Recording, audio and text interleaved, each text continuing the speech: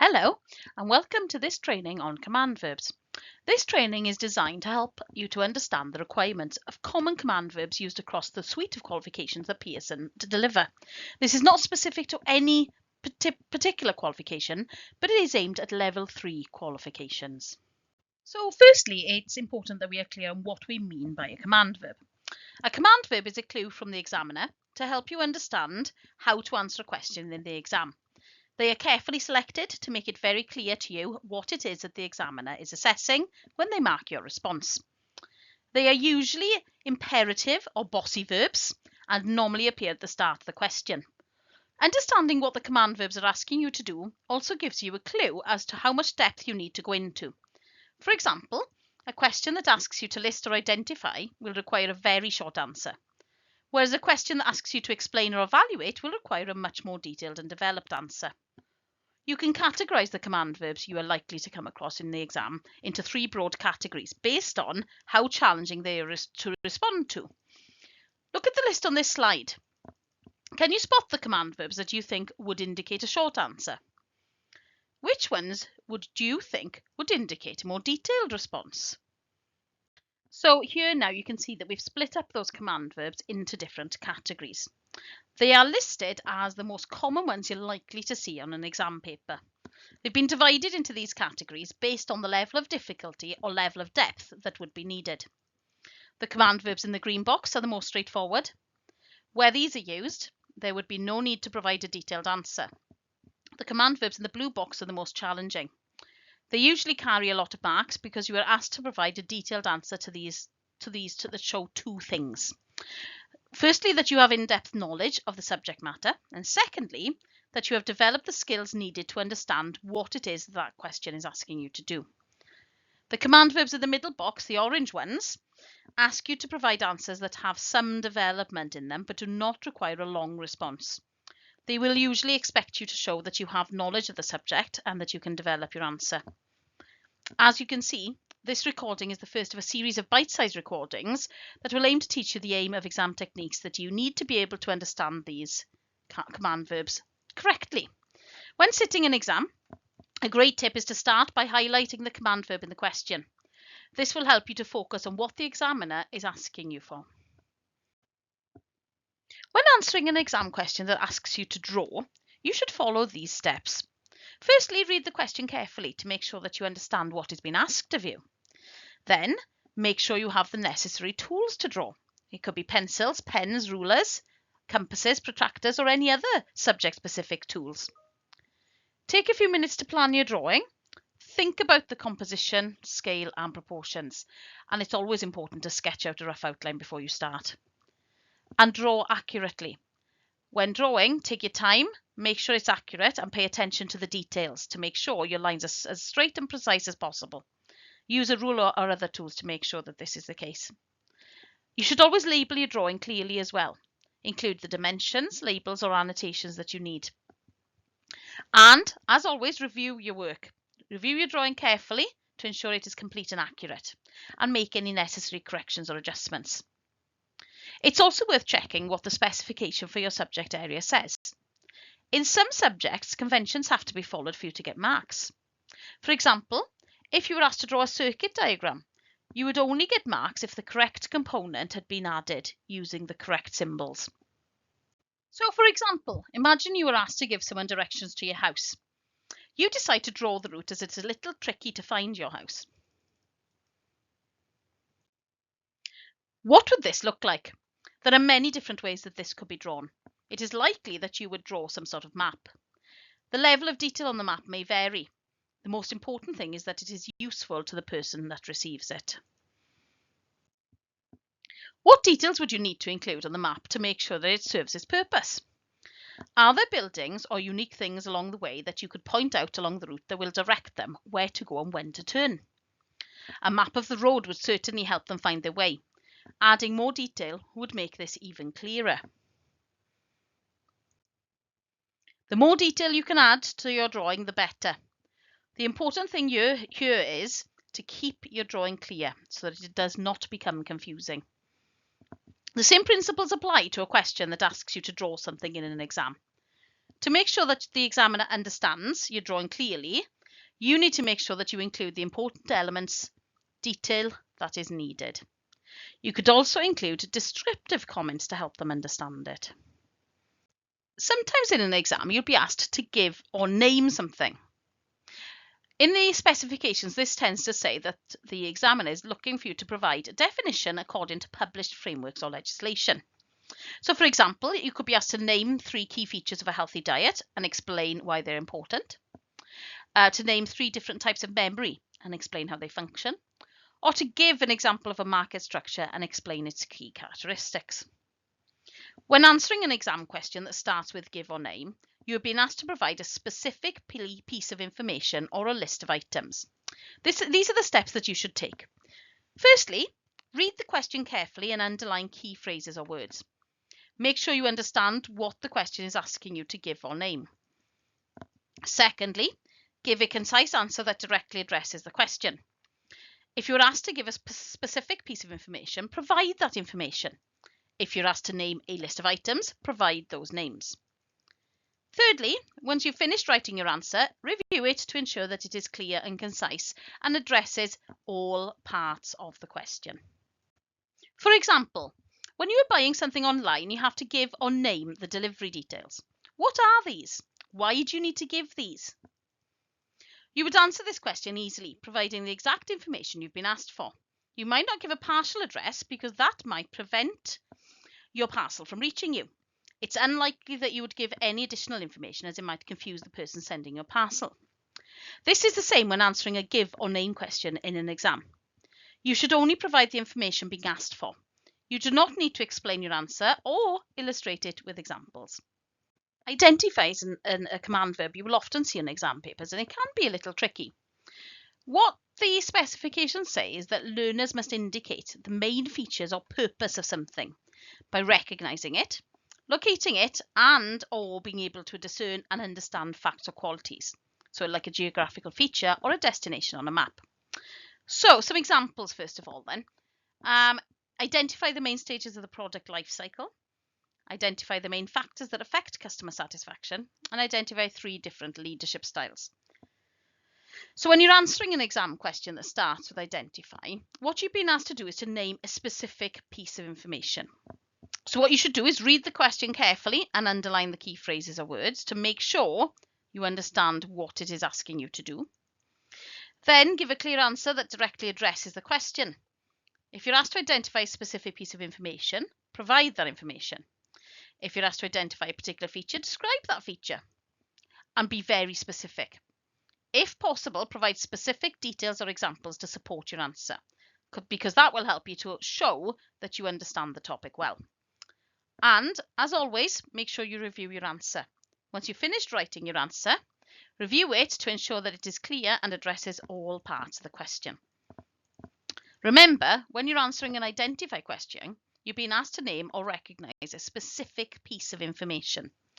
Provide a clear answer that directly addresses the question, and, if possible, provide specific details or examples to support your answer. Now, here's a good example that most of us will be familiar with. Imagine you're at an airport collecting your luggage when disembarking a flight. There are hundreds of pieces of luggage waiting to be collected. When you're waiting for your suitcase, when you go on holiday, you have to be able to identify it from others. How do you do this? What do you look for? This is similar to answering an identify question in the exam. We are looking for specific pieces of information that will help us to identify particular features of a subject. Imagine this is your suitcase. How would you identify it on the conveyor belt of suitcases? Its colour is not distinctive. There are likely to be lots of dark grey suitcases. You would need to look out for other features that would help you to identify it. What could these be? It could be shape. It could be the style of the handle. It could be the size. It could be the way it's locked. This is the same thought process that is followed when answering an identify question in an exam. You've been asked to provide specific information about a particular topic. You need to be very direct in the information that you provide so that you can ensure you provide the points the examiner is looking for. So exam questions that ask you to label something are asking you to correctly indicate parts of a diagram or image or graphical representation. For example, label the different parts of a flower and explain the function of each part. Label the different bones in the human body and explain their functions. Or label the different components of a basic electrical circuit and explain how electricity flows through it.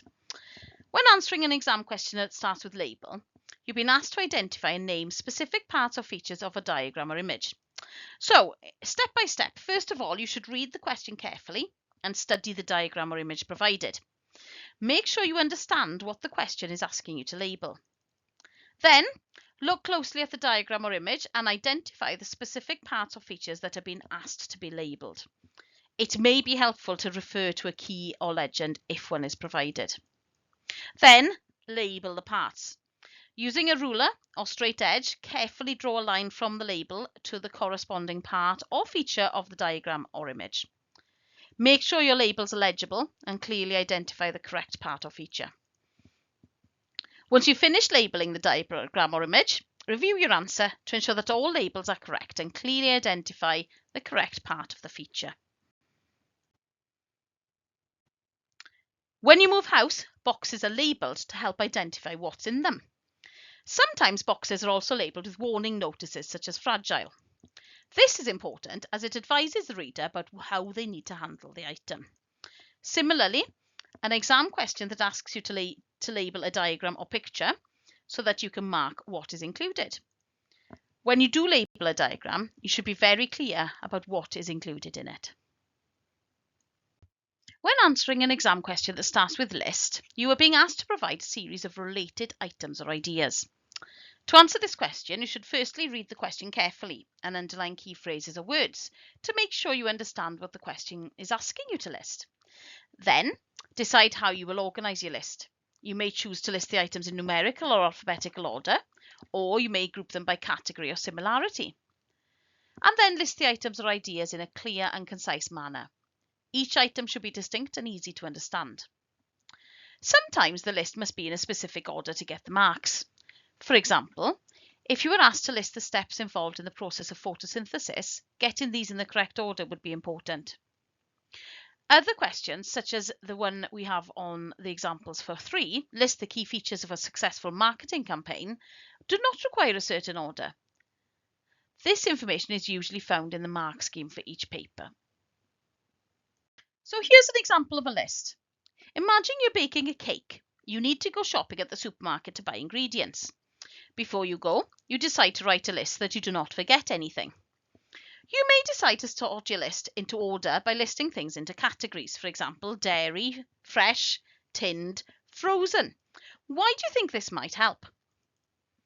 What else might you need to know?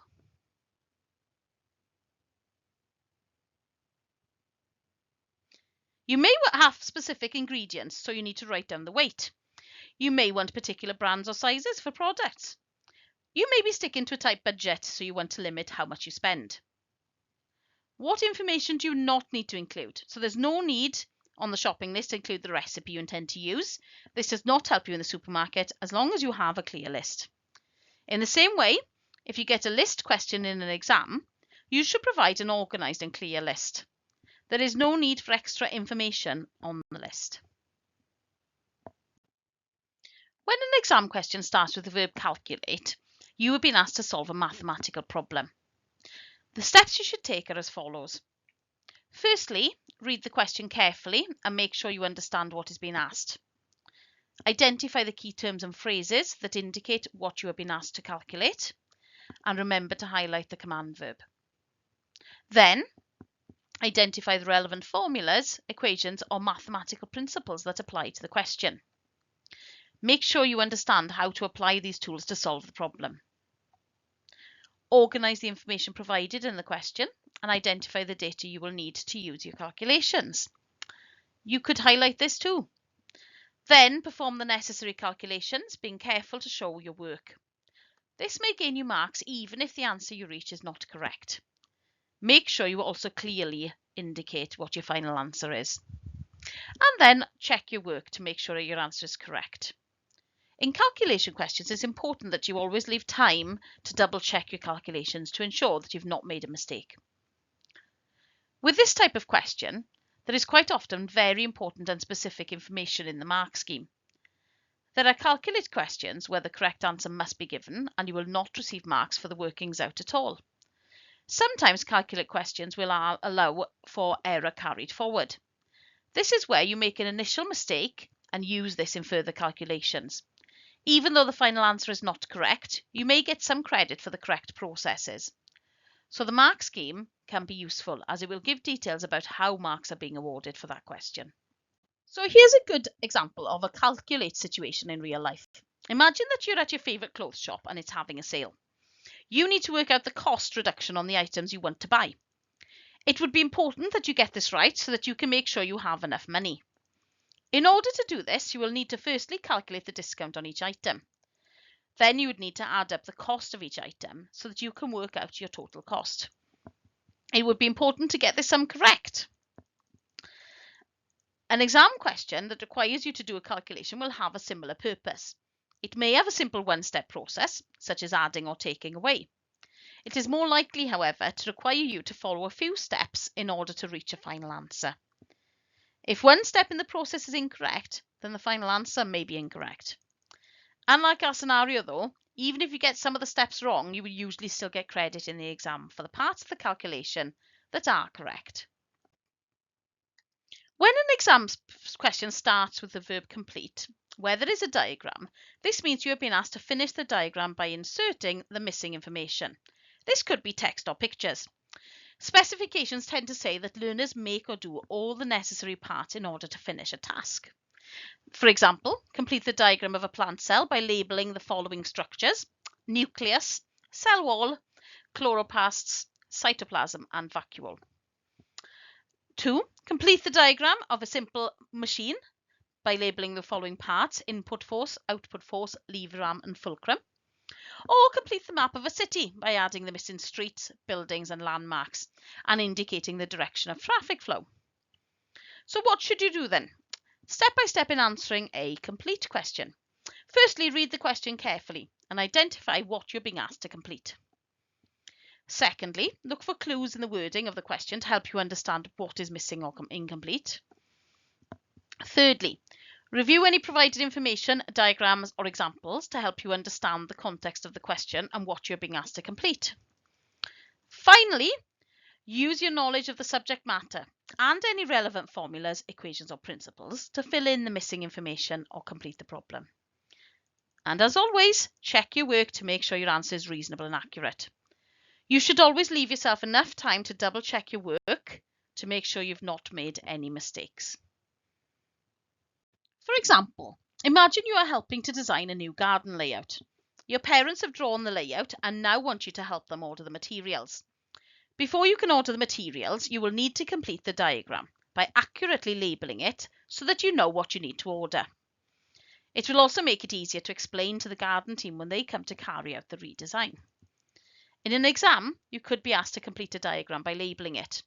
This could be, for example, a picture of an engine, a map, or a scientific item such as a flower. By completing the diagram, you are making it easier for another person to understand it. When an exam question starts with the verb complete, where there is a table, this means you're being asked to finish the table by inserting the missing information. This is usually text or numbers. The specifications say that learners have to make or do all the necessary parts in order to finish the task. For example, complete the table that shows the different types of energy sources by filling in the missing information, such as the name of each source, the advantages and disadvantages of each source, and the environmental impact of each source. Or complete the table that shows the different types of nutrients by filling in the missing information, such as the name of each nutrient, the recommended daily intake, and the foods that are good sources of each nutrient.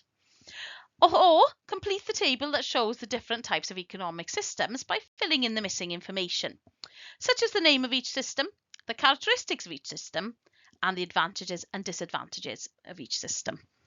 For example, imagine you are planning a new exercise routine. You may decide to create a table to keep the information organised. It's important that the correct information is placed in the correct place so that it is well organised. It's also important that the information is clear and concise, so you should only include short answers that include the key pieces of information that you need. When an exam question starts with the verb develop, it usually means that you are being asked to create or design something based on a set of instructions or guidelines. In the specifications, develop tends to say that learners acquire and apply skills and understanding through practical activities that involve the use of concepts, processes, or techniques to expand or progress something. So, for example, develop a new product design that meets the needs of a target market. Explain how you arrived at your design choices, including any research or testing that informed your decisions.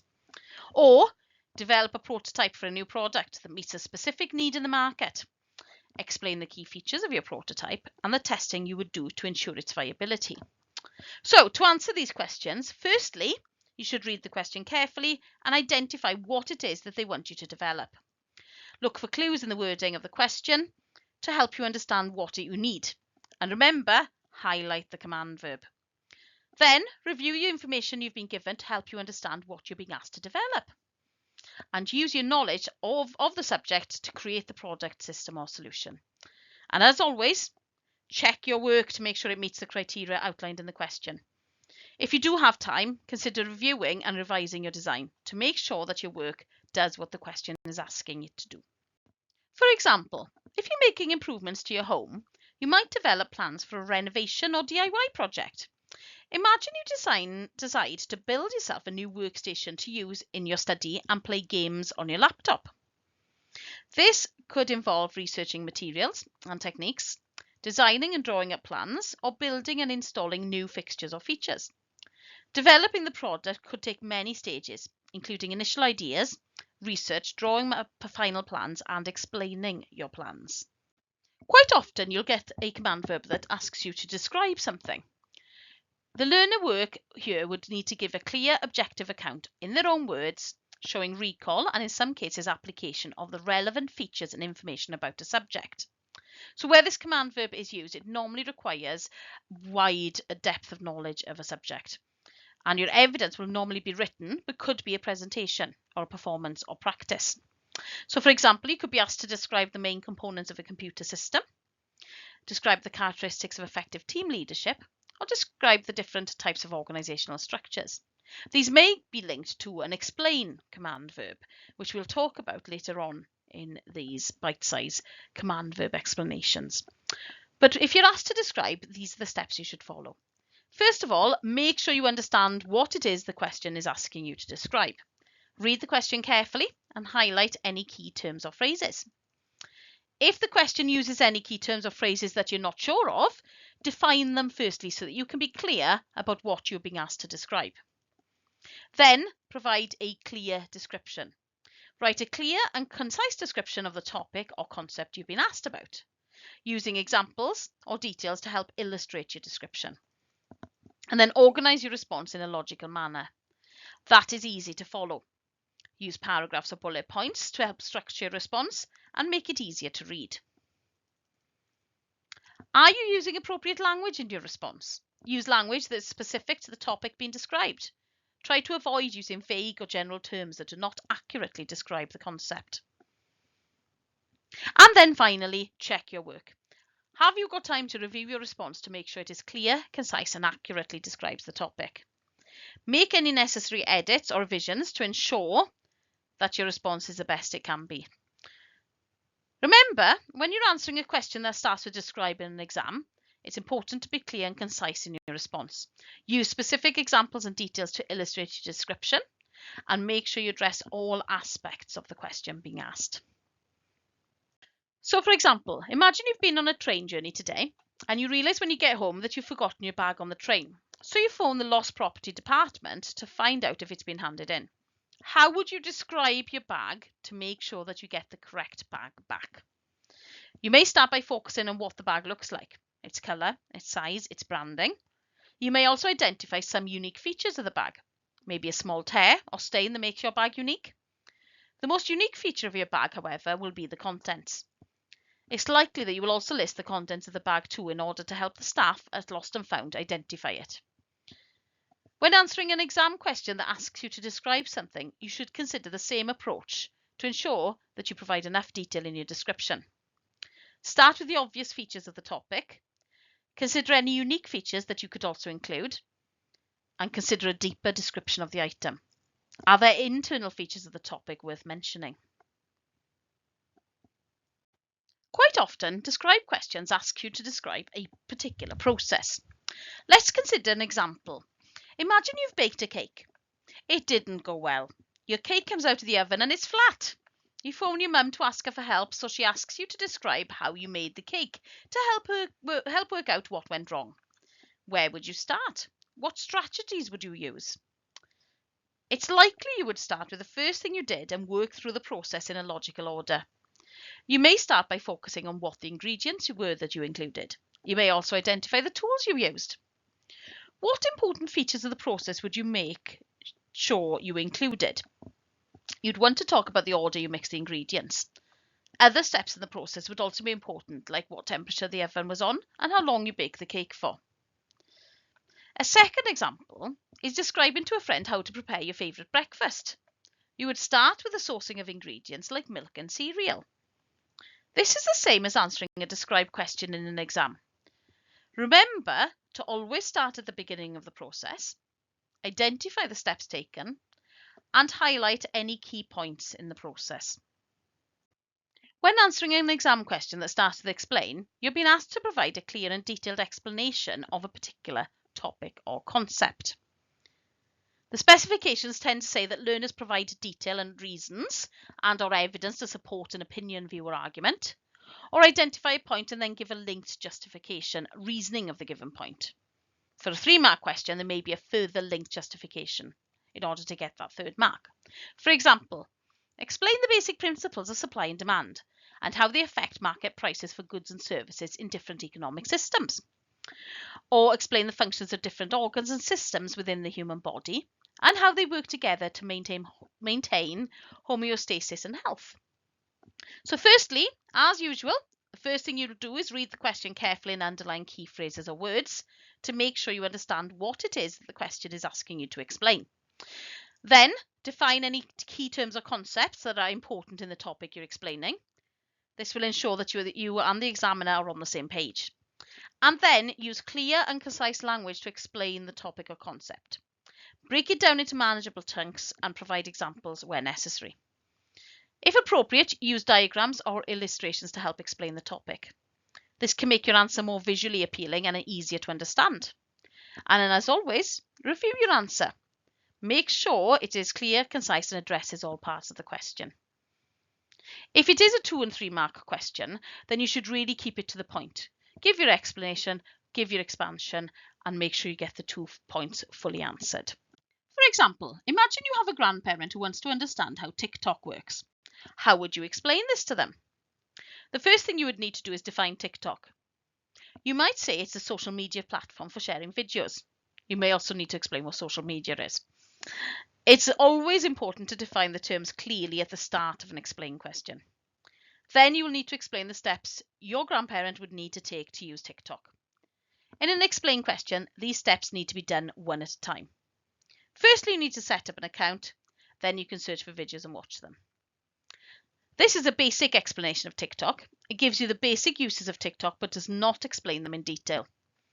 Similarly, in an exam question that asks you to explain, it's important that you think about the wider detail of that explanation. What else could you explain? Is there a deeper explanation needed to ensure the reader fully understands? You could also explain that once you're registered with TikTok, you can follow people so that you get notifications when they post new videos. You can see here I'm also adding new terminology, so I may need to include more definitions here. You can also create and upload your own videos to share with others. You can comment on people's videos and interact with people on TikTok. This additional explanation provides your grandparent with much more understanding about TikTok. This enables them to use it much better. Similarly, in an exam, it's important that when you're explaining something, you think about how to explain it fully. The more detail you can give, the more marks you will get. It's important to only include relevant information in your answer, though. In the TikTok scenario, it might confuse your grandparent if you then started talking about Instagram. It's the same in an exam. Keep your explanation to the topic you are being asked to explain. When an exam question starts with the verb assess, it usually means you're being asked to consider something based on specific criteria. There's two examples here of explanations for assess from different specifications. The first one asks learners to present a careful consideration of varied factors or events, or identify those which are most important before arriving at a conclusion.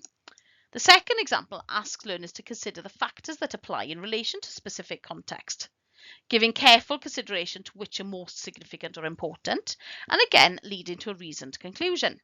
So as you can see, both of these specify that there must be a judgment at the end, there must be a conclusion, and that is a really important point. So some examples.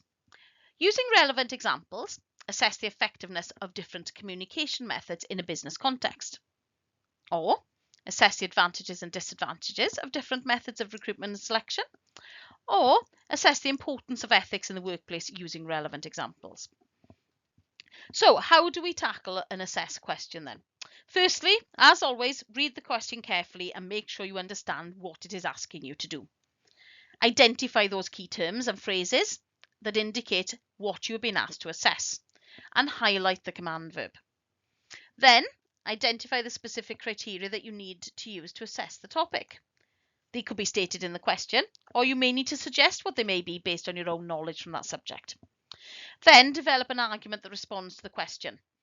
Your argument should state your overall opinion of the topic and be supported by evidence and analysis. And remember, you must provide specific examples or evidence to support your argument. That could be data, it could be quotes, or it could be other relevant information that demonstrates your understanding of the topic and therefore supports your assessment decision. When a question asks you to assess, you're having to consider the good and bad points or decide what is most or least important. Think of it as a weighing scale. The side with the most arguments at the end, the heaviest side, will be the most important. You will use the arguments on this side of the scale as the deciding factors. It is likely that you will conclude using these arguments to back up your point of view. As this is a tricky question, it's really important to think about how you're going to start your response. Having a wide range of sentence starters will help you to balance your arguments and will ensure that you're able to access the higher marks on an assess question. A top tip, remember to come to a conclusion at the end. So some examples here. While it is true that, it is also important to consider. On the one hand, but on the other hand. While there are advantages too, there are also potential drawbacks that must be considered. It can be argued that, but it is also important to consider. Both sides of the argument have valid points to consider, however. So take these sentence starters away and use them to balance your assess response to make sure that you've got a well-balanced answer. And remember, you must come to a conclusion at the end. So discuss is another command verb that comes up quite frequently on the longer answer questions on a paper. In the specification, it says that learners consider different aspects of a theme or topic, how they interrelate, and the extent to which they're important. But a conclusion is not required. So learners must consider the factors that apply in relation to a specific context, give careful consideration to opposing aspects of an issue, situation, or a problem. So unlike assess command verbs, discuss command verbs do not require a conclusion. Some examples for you. Discuss the importance of effective communication in the workplace. Discuss the key principles of project management. Discuss the impact of social media on personal relationships. Discuss the advantages and disadvantages of using renewable energy sources to generate electricity. Discuss the impact of technology on society and the economy, with specific reference to automation and artificial intelligence. When a question asks you to discuss, you are having to consider the good and bad points in a balanced way. This is different to assess because you are being asked to talk about a topic or issue in a detailed way rather than to analyse how important they are.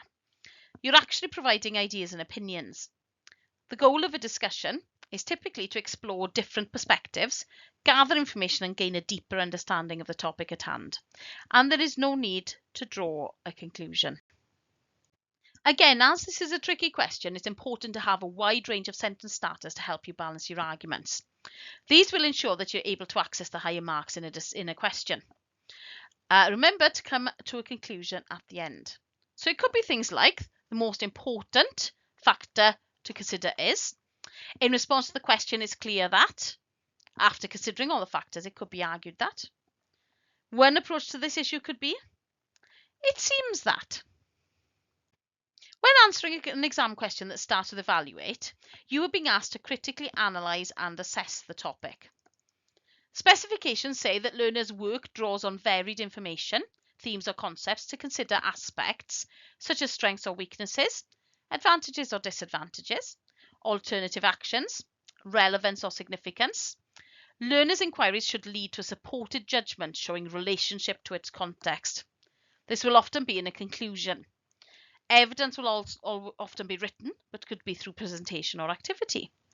For a 12-mark question, there'll be two options to evaluate leading to a reasoned judgment or conclusion.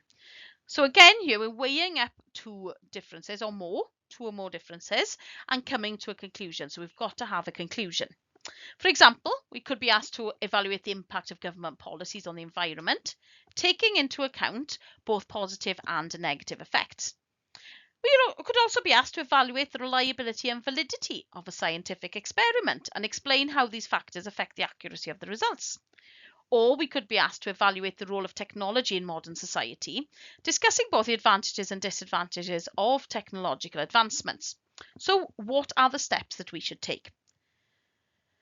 Firstly, as usual, read the question carefully and underline the key phrases or words. Make sure you understand what the question is asking you to evaluate. Secondly, identify the topic you've been asked to evaluate. These criteria may be provided in the question, or you may need to identify them yourself. And then use evidence to support your evaluation. This could come from course materials, research, or your own experiences, or the materials that you're given in the exam. Then analyse the evidence you've used, taking into account the criteria you've identified. What are the strengths and weaknesses of the evidence that you've given? You then need to assess the topic, take into account both positive and negative aspects, and use examples to come to a balanced point of view, which leads on to your conclusion. Based on the evidence you've given, what is the conclusion that you've reached? Remember to summarise your main points and provide a final assessment of the topic. So here's some good sentence starters to help you with answering these sorts of questions. Having a wide range of sentence starters will help you to balance your arguments. This will ensure you're able to access the higher marks on an evaluate question, and remember to come to a conclusion at the end. So you could start with based on the evidence presented. After reviewing the data, it appears that, given the information provided, or overall it's clear that. So these are all sentence starters that will enable you to draw a conclusion. Evaluate and assess can be very similar on the surface, but there are some subtle differences between the two. Evaluate usually means to form an opinion or judgment about the quality, value, significance of something, whereas assess asks you to weigh up viewpoints and decide which is strongest. You may even have more than two. For an evaluate question, you need to look at something in detail and then making a decision about its worth or effectiveness. Evaluation often involves subjective criteria and personal judgment at the end. The judgment or conclusion is much more important in an evaluated question. When answering an exam question that starts with examine, you have been asked to closely analyse or investigate the topic. Learners are asked to select and apply knowledge to less familiar contexts. For example, examine the factors that contribute to social inequality, such as race, gender and class, and discuss the potential consequences for marginalised populations. Or examine the causes and consequences of global conflicts such as war, terrorism and political instability, and assess the potential solutions for promoting peace and stability. Or examine the biological and psychological factors that influence human behaviour and discuss how these factors interact to shape our personalities and identities. So how do you tackle these questions then? Firstly, read the question carefully and underline the key phrases or words. Make sure you understand what the question is asking you to examine. Secondly, identify the key elements or components of the topic you're examining. This may include concepts, theories, or specific examples. Thirdly, use evidence to support your examination. This may come from course materials, research, or your own experiences. 4. Analyse the evidence you've gathered, taking into account the key elements you've identified. Consider how the evidence supports or challenges these elements and provide a detailed analysis of the topic using specific examples and evidence to support your analysis. In an exam question, the differences between examine, evaluate and assess can be significant, and it's important to understand what the examiner is looking for to ensure that you answer the question appropriately. An exam question that asks you to examine something typically means that you should describe and interpret the details of the subject in question.